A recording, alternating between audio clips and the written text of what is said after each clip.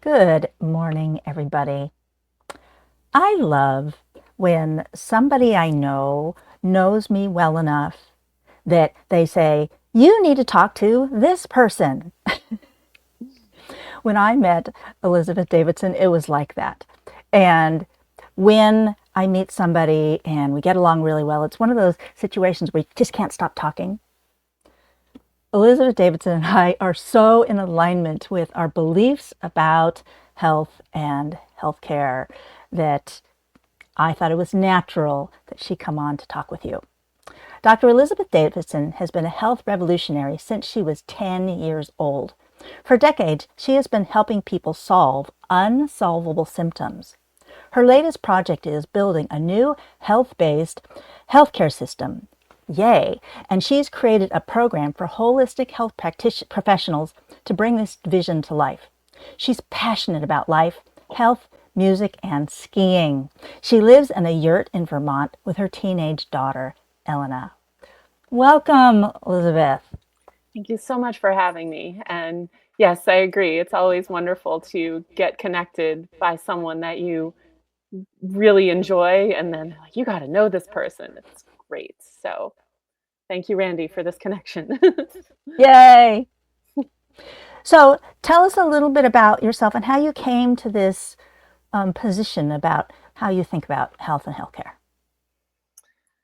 Well, so I was a really sick kid. Like I've had a lot of chronic illnesses, autoimmune diagnoses, all that kind of stuff. And my chronic symptoms started when I was 4. And so I spent a lot of time being sick and thinking about it and taking a lot of medications and recognizing that they weren't actually addressing the problem. And I generally felt worse after I took them. And so it really got me thinking about, well, what is health and how do I get it? And um, it's clearly not from these doctor's visits and medications that I'm taking because I'm just getting sicker as I do this. So that's why I say I've been a health revolutionary since I was 10 because that's when I stopped taking medications because I recognized that they weren't doing anything for me or that they were making me worse even. So that's when I started looking at other ways to heal and also to build health.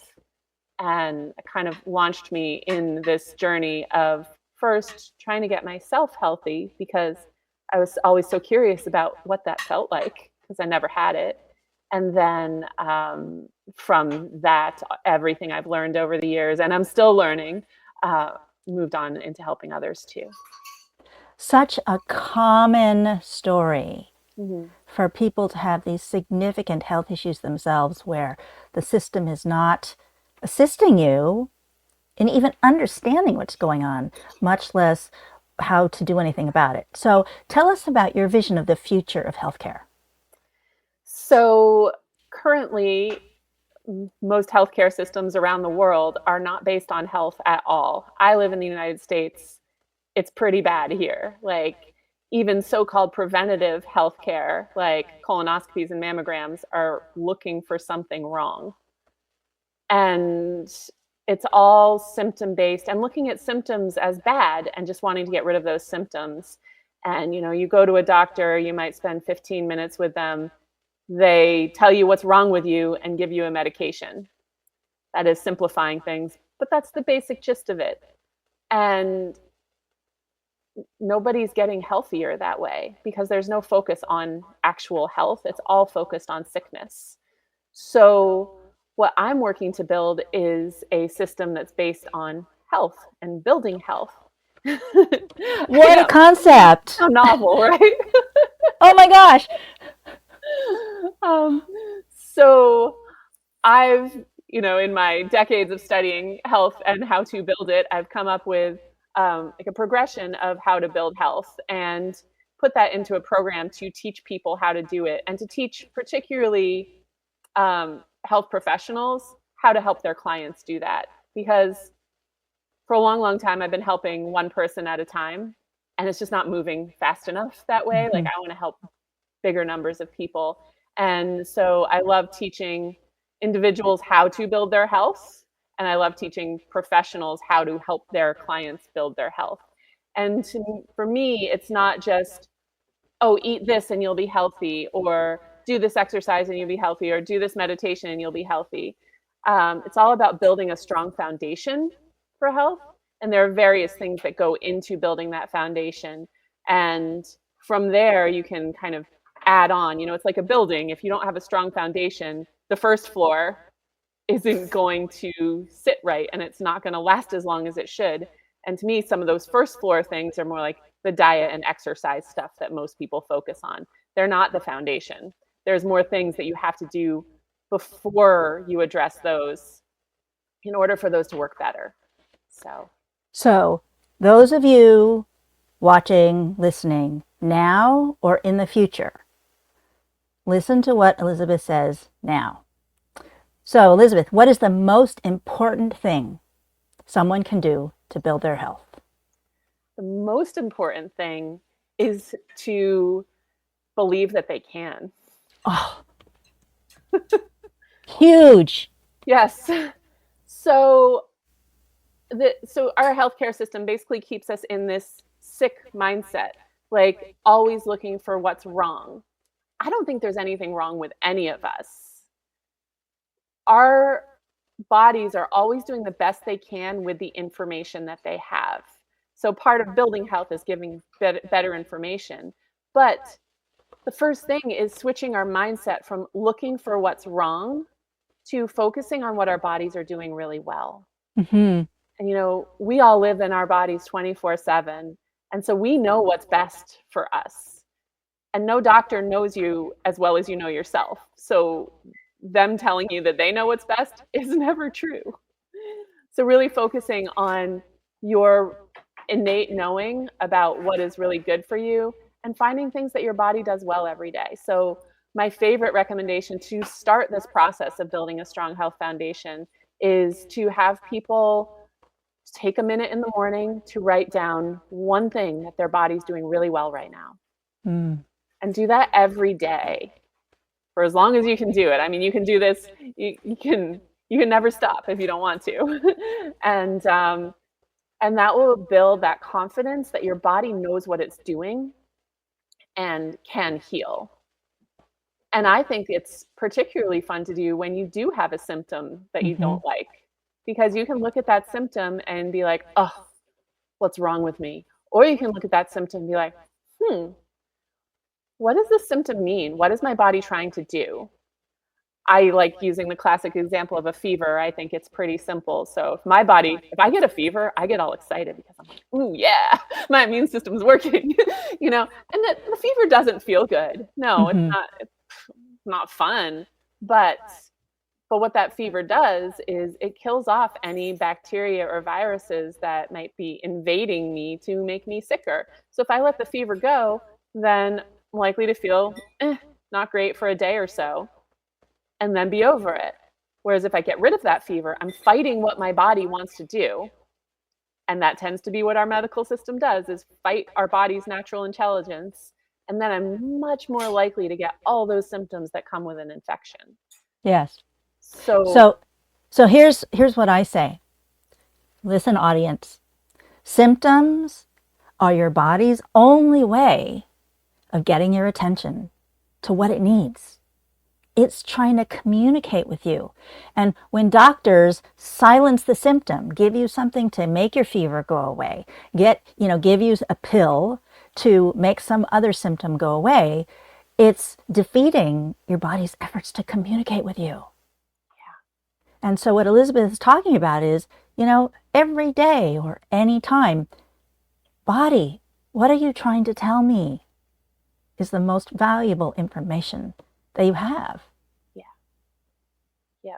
And when you really think about why that symptom is happening and what your body's doing with that, I feel like almost all the time you can figure out that it's doing something right.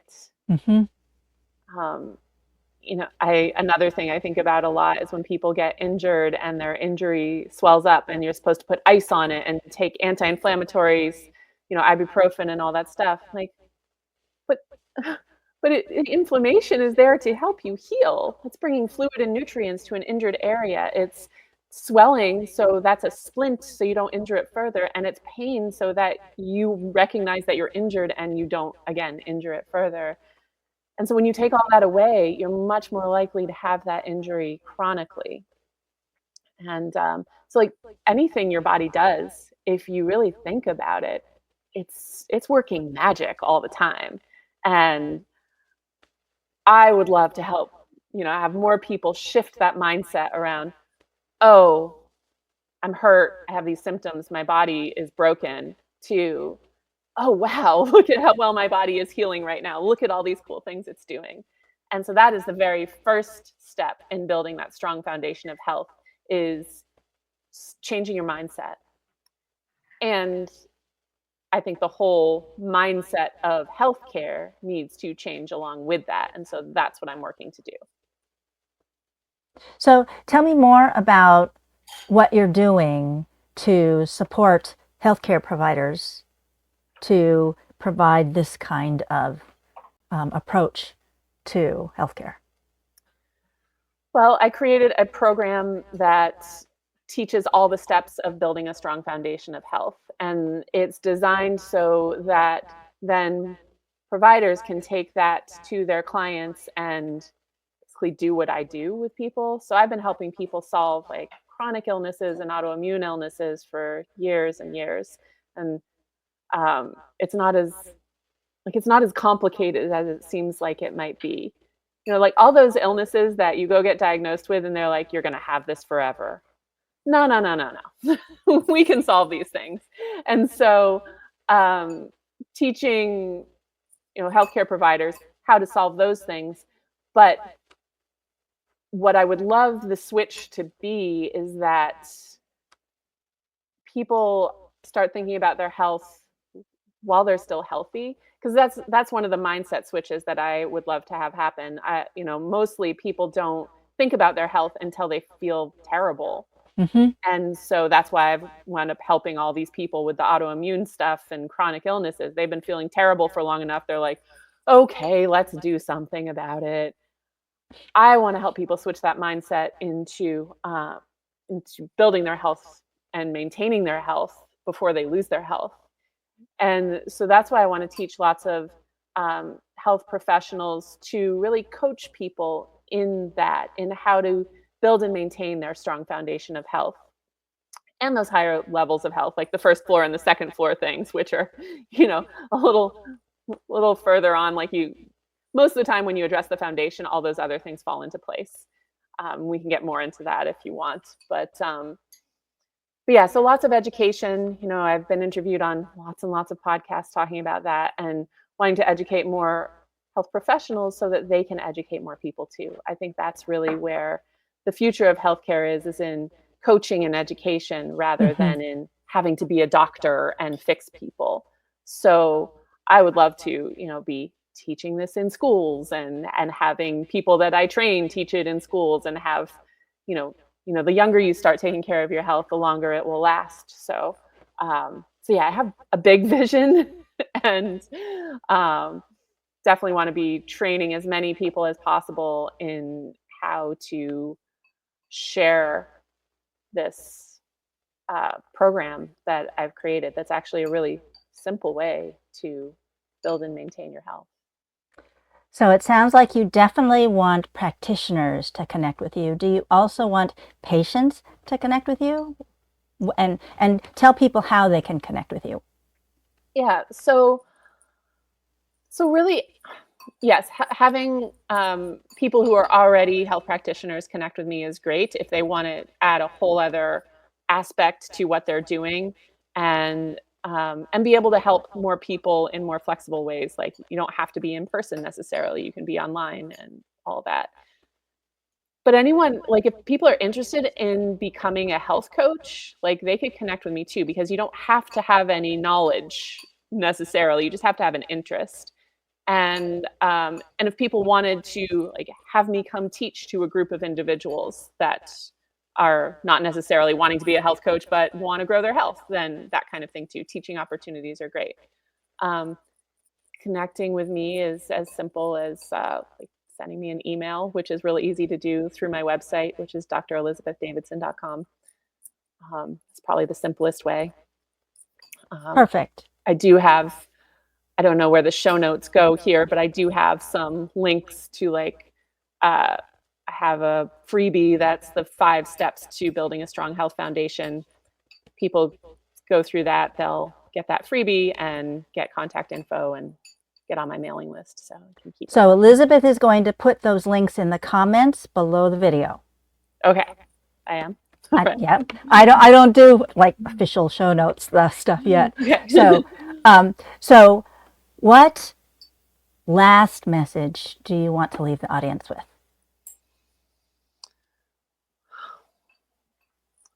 Guess, we all have all of our health within us.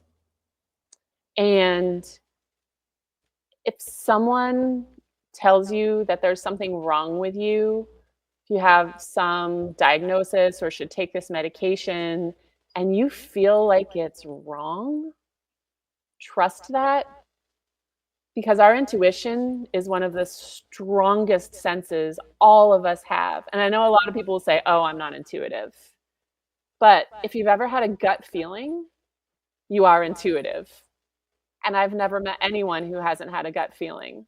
I have met people who haven't followed their gut feeling and have really regretted it.